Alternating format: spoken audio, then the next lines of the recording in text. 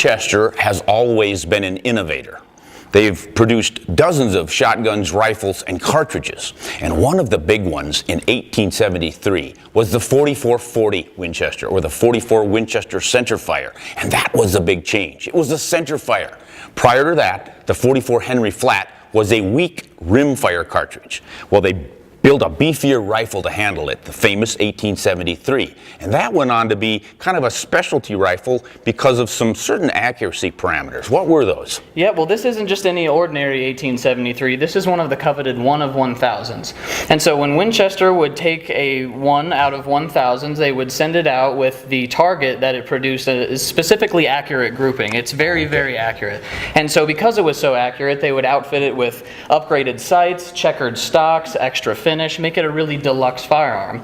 And there were only 136 of these made, and they would actually make 1 of 100s as well, and only 8 of those would be made. Whoa. Why, how did they test it for knowing that it was most accurate? I suspect they just had to shoot it, right? Yep, in the test firing process, the ones that would produce, they would do a standard test firing process, and the ones that would produce exceptionally accurate and tight groupings would be the ones that would distinguish the merit to be 1 in 1000. Exceptionally accurate rifles. Yeah, and this is one of them. This is one of them. And they would not just stop doing the 1 of 1000s and 1 of 100s in the 1873s, but they would continue that in the even larger caliber, larger frame 1876s. And we're actually standing with one of those right here as well. This is one of the model 1876 1 of 1000s. Oh, yeah. In 4560. So the real only difference between the 73 model and the 76 is just a larger size of the whole frame, so you could shoot larger, stronger cartridges, Absolutely. Right? Even though the 1873 had the famous marketing slogan, "The gun that won the West," it was really a call by big game hunters who wanted a larger, heavier caliber in the legendary repeating rifles from Winchester. Certainly. And so that's why the model 1876s had such a large frame and a large caliber for big game hunters. Yeah, so the 4440 was sort of a working man's gun.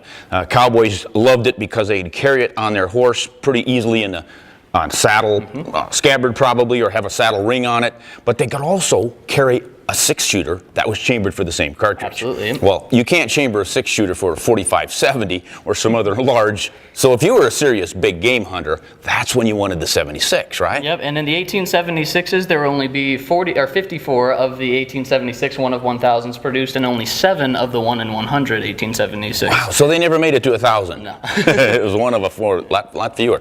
That would be a special rifle to own. You probably can't own it because it's out here in the museum in Cody, so if you want to see it, and hundreds of other wonderful Winchesters, stop on out. Cody, Wyoming, the Cody Firearms Museum. It's a great place to learn your history and see some firearms that are magnificent. Absolutely. Now listen, it's the 150th anniversary of Winchester. That's how long they've been making guns and ammo.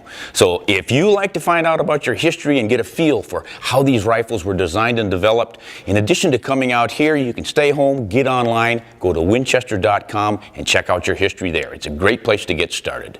We're what you